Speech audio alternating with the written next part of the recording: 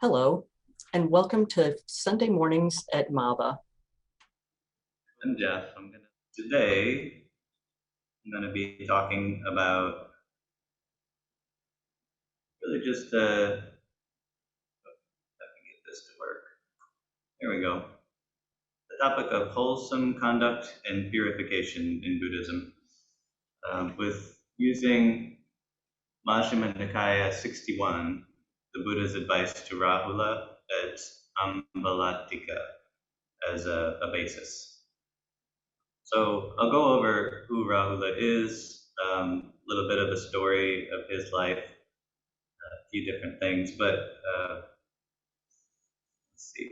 First, I want to say the Majjhima Nikaya, if you're not familiar, is one of the suttas from the Pali Canon. And the one I'm using, was translated by Bhikkhu Bodhi. Rahula is said to be the Buddha's son. So when the Buddha renounced his life, he had a child and a wife, and what I read is that on the night of his renunciation, I believe Rahula was born, and he named him with the base of his name as fetter or impediment, which is what Rahu means. The Buddha went on to train for several years under different masters, and of course came to understand the nature of reality and his teaching. But later on, Rahula became a disciple under the Buddha. And that was at a very young age. He was, I believe, 7 years old at the story of this, the sutta. If that's correct, according to the commentaries, they said he was about 7 years old. So I want to read the story of his ordination from Naranda Mahathera, which is, I think, kind of interesting. It says, Rahula was brought up as a fatherless child by his mother and grandfather. When he was 7 years old, the Buddha visited Kapilavatthu for the first time after his enlightenment. On the 7th day after his arrival, Princess, which was the Buddha's wife, gaily dressed up young Rahula and pointed to the Buddha and said, "Behold, son, that golden-colored ascetic, looking like Brahma, surrounded by 20,000 ascetics. He is your father, and he had great treasures. Since his renunciation, we do not see them. Go up to him and ask for your inheritance, and say, 'Father, I am the prince. After my consecration, I will be universal monarch. I am in need of wealth. Please give me wealth, for the son is the owner of what belongs to the father.'" Innocent Rahula came to the Buddha's presence and was asking for his inheritance, as advised by his mother, very affectionately said, "O ascetic, even your shadow is pleasing to me." After the meal, the Buddha left the palace, and Rahula followed him, saying, "Give me my inheritance." Nobody attempted to stop him, nor did the Buddha prevent him from following him. Reaching the park, the Buddha thought, "He desires his father's wealth, but it goes with the world and is full of trouble. I shall give him the sevenfold noble wealth which I received at the foot of the Bodhi tree, and make him an owner of transcendental inheritance." So then he called Sariputra, and Rahula was ordained. And this sutta, according to the commentary, like I said, is shortly after that. And it appears, or you could surmise, that maybe Rahula had been doing as many young children do, and either telling lies or telling jokes that were, a child's kind of joke, maybe lying and saying something that wasn't truthful. And so the first part of this sutta is really focused on talking to him about lies and false speech. So about half of this talk is just kind of going through the sutta, and then we'll kind of talk about it in the last few minutes about maybe what some of it means and different perspectives on some of the information that we'll see. So the first thing the Buddha talks to Rahula about, he goes and he sits down next to him. Buddha washes his own feet, and he left a little water in the bowl. And he said, "Rahula, do you see this little water left in the bowl? And Rahula said that he did. Buddha says, even so, little Rahula, is the recluseship of those who are not ashamed to tell a deliberate lie. The Buddha throws away the water that was left and asked him, Rahula, do you see that little water that was thrown away? And Rahula said he did.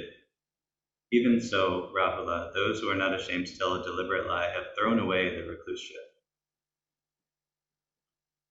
He turns the vessel upside down and he says, do you see this vessel turned upside down? Rahula says that he does. Buddha says, even so, Rahula, those who are not ashamed to tell a deliberate lie have turned their recluseship upside down. Then he turns it back right side up and says, Rahula, do you see this hollow, empty water vessel? And he says that he does. Buddha answers, even so hollow and empty, Rahula, is the recluseship of those who are not ashamed to tell a deliberate lie. So definitely, before we move on to the next sort of analogy, very focused on making sure that he knows how damaging lies are to oneself. It's not so much about, in this portion of it, it's not so much about anything other than, your training and what you agreed to do. If you were to tell deliberate lies, you would be making that empty. You'd be throwing that away. Buddha gives next an analogy of a royal tusker elephant. So he says that there's a royal tusker elephant, so a male elephant with large tusks, that is ideal for battle. He enters battle and performs the task with his 4 feet and hind feet, but holds back his trunk. His rider would think he performs his task, but he has not given up his life. And the Buddha says, suppose that the same elephant enters battle and uses his 4 feet and hind feet and also his trunk. The rider would think, he has given up his life. Now there's nothing this royal tusker would not do. So too, Rahula, when one is not ashamed to tell a deliberate lie, there is no evil, I say, that one would not do. Therefore you should train. I will not utter a falsehood, even as a joke. So I think I've watched a few other people talk about this particular analogy or this comparison that the Buddha gives. And I think sometimes people are a little confused by it, because if you don't know anything about elephants or elephants going into battle, I do think it could be a little confusing. It could be that this was common knowledge at that time. But what the Buddha is, I think, trying to say is that when an elephant, so a little bit of background that I found by looking up information, when an elephant would go into battle, a lot of times the trunk was seen as its most vulnerable point because it charges in head first. And Roman soldiers were actually taught to strike at the trunk, because if you caused a lot of damage, the elephant would feel pain and sometimes even have a convulsion and run away. So an elephant that performs his task but hasn't given up his life, so he holds back his trunk and protects it, is one that's acting according to his training. One that is going in and there's nothing that it wouldn't do, has become heedless. It's not obeying its training and its rider. So essentially, I think that it's a comparison to that elephant not performing its training as it should. And maybe he knew that his son would know that, because his son would have been royalty as well. But onto really the more commonly discussed part of this sutta is the comparison of the mirror and then the instructions that he gives to him. Buddha asked him, what do you think, Rahula? What is the purpose of a mirror? And he answered, for the purpose of reflection, Venerable Sir. So too, Rahula, with an action with the body should be done after repeated reflection. An action by speech should be done after repeated reflection. An action by mind should be done after repeated reflection.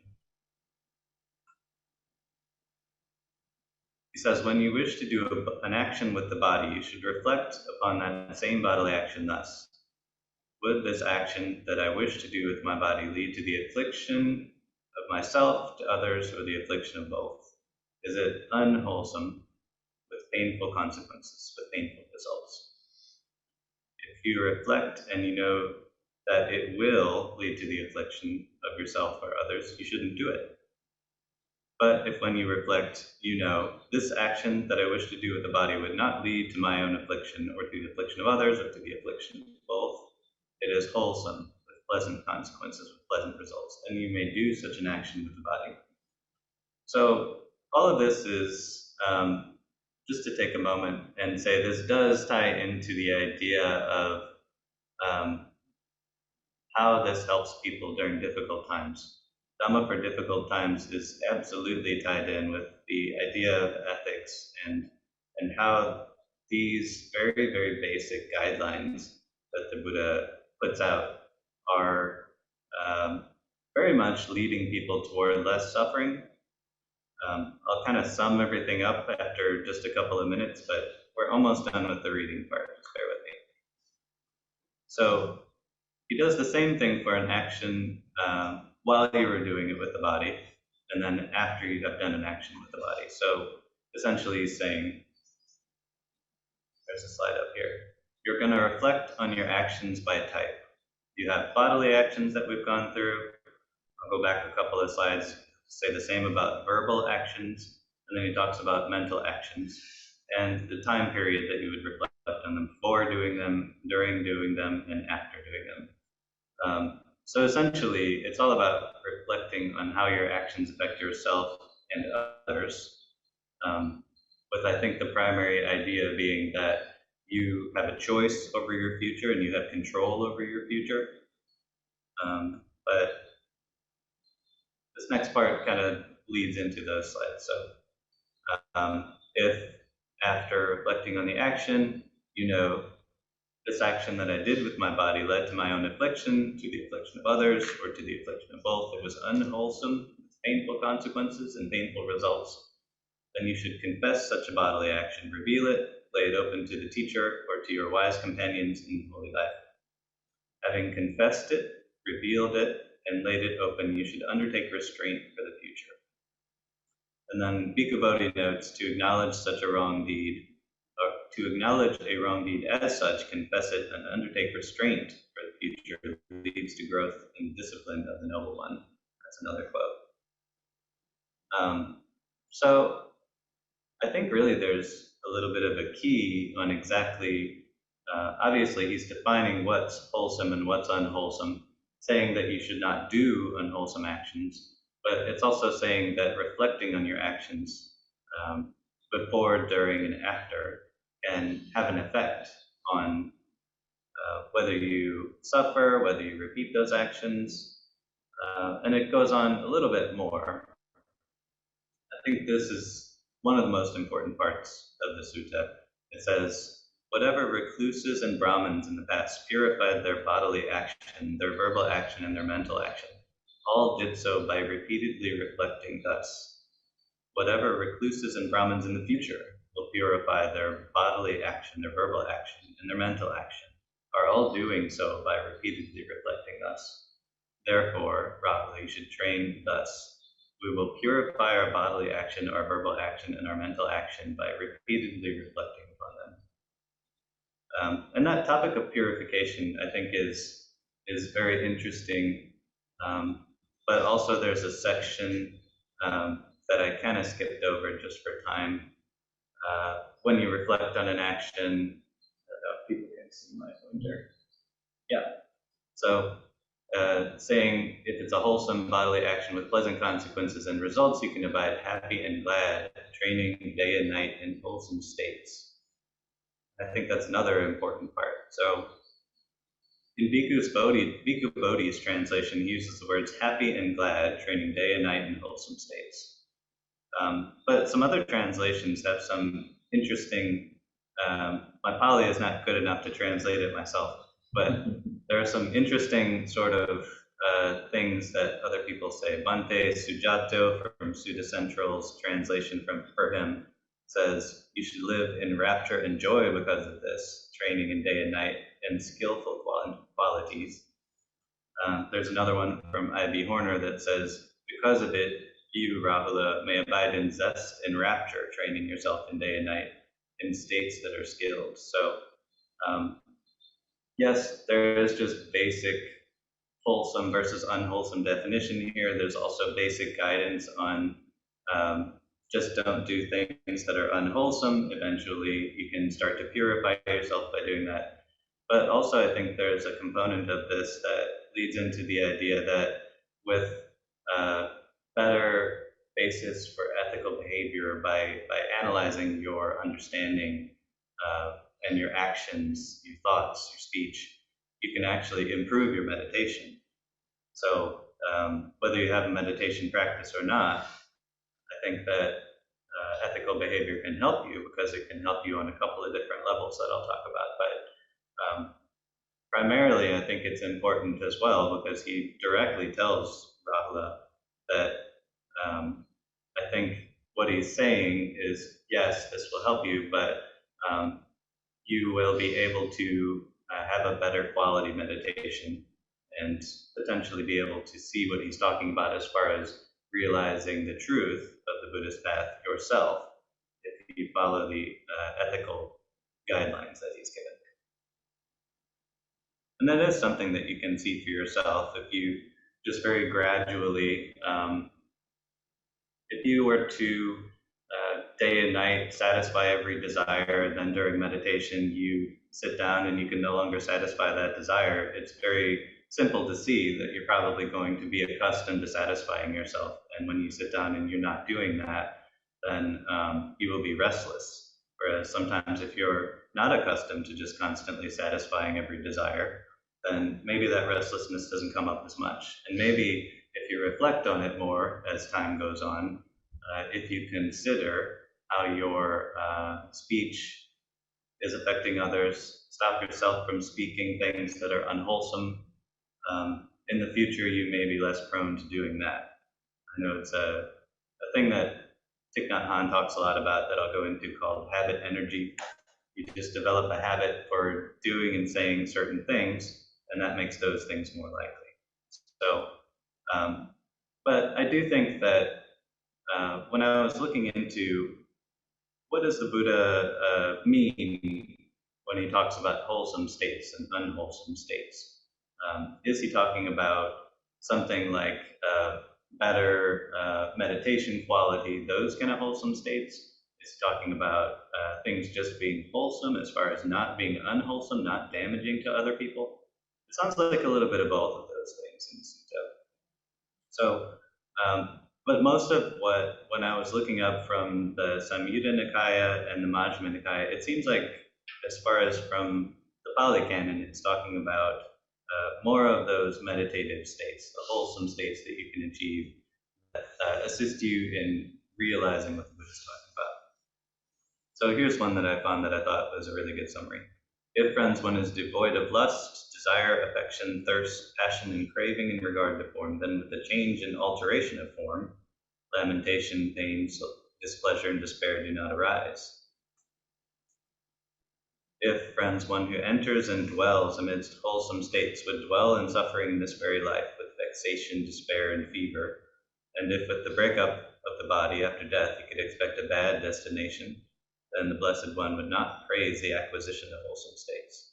So, but because one who enters and dwells amidst wholesome states enters and dwells happily in this very life without vexation, despair, and fear, because he can expect a good destination with the breakup of the body after death, the Blessed One praises the acquisition of wholesome states. Obviously, there's more to it than just getting a better rebirth, but in summary so far, it does look like guidelines for the most ethical behavior, basic ethical behavior, can lead to having more wholesome states. Considering your actions can lead to better actions in the future. Basically, I think that the key to changing your situation and your understanding of your situation and how it affects others is within this consideration, within this thinking about how it affected others, and then making a resolution not to continue to do things that are unwholesome.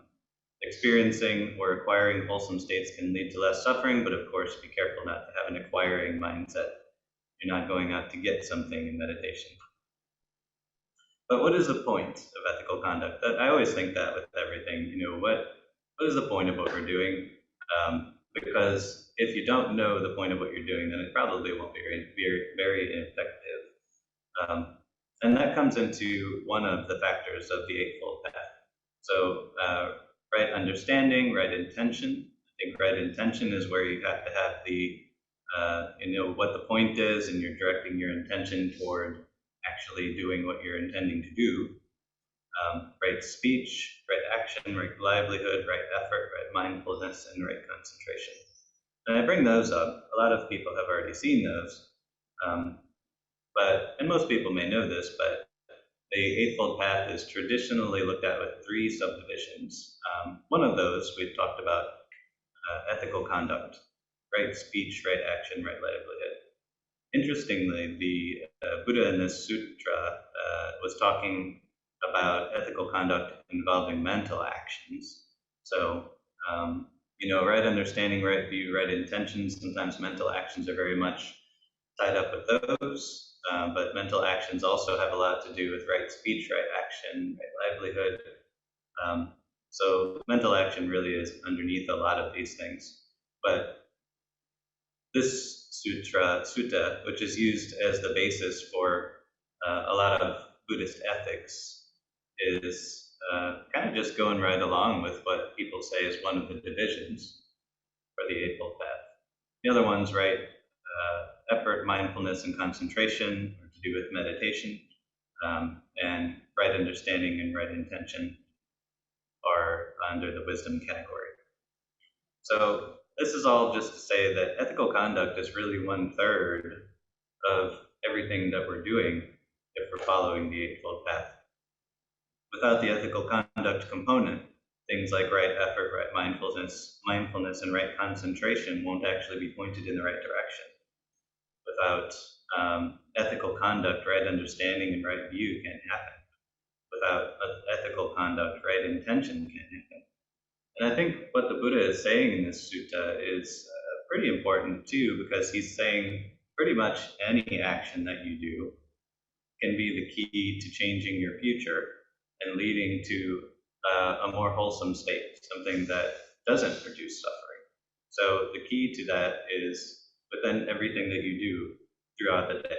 So things that you say to other people, things that you said to other people or are about to say, things that you are doing with your body, the things you did and are going to do with your body, and then also the things that you're thinking. And I think that's probably the hardest part for a lot of people to accept. A lot of people think that your mind is yourself.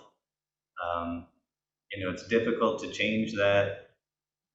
But I know one sutta that I didn't include here, but I really like, talks about how the Buddha says it would be better to take your body as yourself because your mind is changing constantly. Basically, one moment to the next, it's entirely different. But at least your body is somewhat consistent. So your mind is changeable. I mean, I know if I look back 10, 15 years ago, before any kind of practice, definitely I can see that I've been able to make positive changes in my life. You can kind of cultivate your mind and your mindset over time. So how does the Eightfold Path really work? Practicing all of those together leads to some insight, whether it is classical insight of people that are having some epiphany and can suddenly have a great understanding of some deep teaching that the Buddha says, or just a gradual understanding that you get that, oh, you know what, the Buddha is right about this. I do have control over my future. I do have control over my actions. That's a little bit how changing your karma works. Eventually, over time, you just get positive results from what the Buddha is teaching. So you can, I compare it to the difference between reading about a mountain and seeing a mountain. You can read about ethical conduct leading to good results. You can read about things like that sudden insight, which I think is like finding the right key for a lock and turning it. But more importantly, seeing it for yourself is really what you need to do. Thankfully, it's very simple. If you think about it again, the Buddha is explaining this to a 7-year-old child. So it's something that, yes, you might not be able to just take that high bar at first, and every single action ends up being under consideration and this perfect mindfulness. But you can make changes to where every day you're a little bit better. Maybe you had a bad week last week and you didn't really pay attention. You didn't really try to consider how your actions are affecting other people. But maybe today you can change that. Maybe you can move forward and make the right decisions over time. Um, the two things I think are interesting about this sutta and the idea of purification is that purification, I think that he's talking about, it could take a form of lesser transformation. So in your life, it's obvious, I think, that doing things that don't cause suffering and considering those things and not doing those things, of course, that's going to let you feel less suffering. Within this life, it can lead to really positive changes for yourself, for those around you. If you're surrounded by all people that are making those choices, absolutely, that can lead to a better life. They say it can lead to a better rebirth as well. But there's also greater transformation that can happen. Because this is 1/3 of the component that you need to follow the Eightfold Path, because it's absolutely necessary, and the Buddha says here that you need ethical behavior to be able to achieve those wholesome states. Maybe he doesn't say that as much. He says actually, if you behave ethically, you could abide happy and glad in wholesome states. But it can lead you to a better understanding of and direct knowledge of the Buddha's teachings and concepts, just like seeing that mountain instead of reading about it. And not all concepts are so easy to grasp. You might spend years trying to do that, but it is something that you can do, and sometimes it's the work of years. But over time, gradually, regardless of whether you're seeking something like lesser transformation or greater, like I was talking about, or both, um, behaving in an ethical way and considering your actions throughout the day can lead to the lessening of the hold of defilements over your mind. And the defilements they call the main things that are like the seeds that lead to negativity, to suffering, to attachment, not getting what you want, taking things personally. So greed, hatred, and delusion. But I like one quote that I have from Bhante Vimalaramsi. Why do hindrances arise? Hindrances arise because we've broken a precept. And I don't have much time left, but can't really talk about ethical behavior without at least bringing up the precepts. If you look at it, they're the most basic, the most gross, as a word, not gross, but the most standard sort of applies to everybody kind of thing for how to abstain from ethical behavior.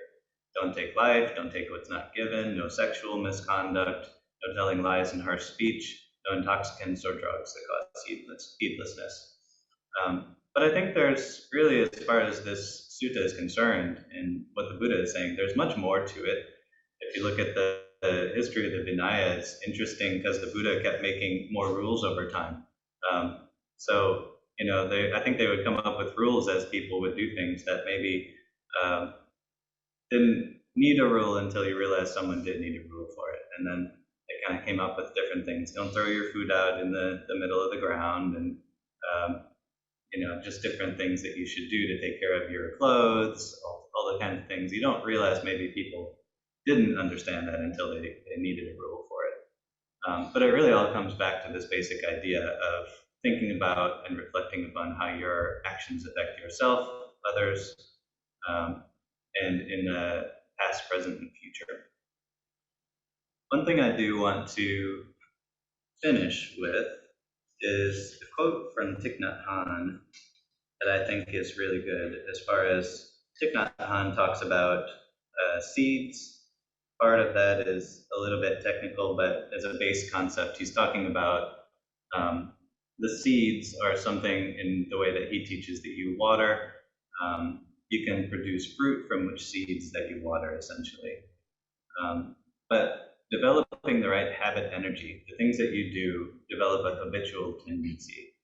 If you develop a habitual tendency by choosing actions that are wholesome, then you will choose actions that are wholesome by default at some point if you keep trying. If you live mindfully, eventually you will make the right choices without having to make yourself make the right choices. You will eventually, even with your thoughts, even though thoughts are difficult to change, negative thoughts will come up less if you practice this way. So this is how you free yourself from suffering, essentially, one of the ways.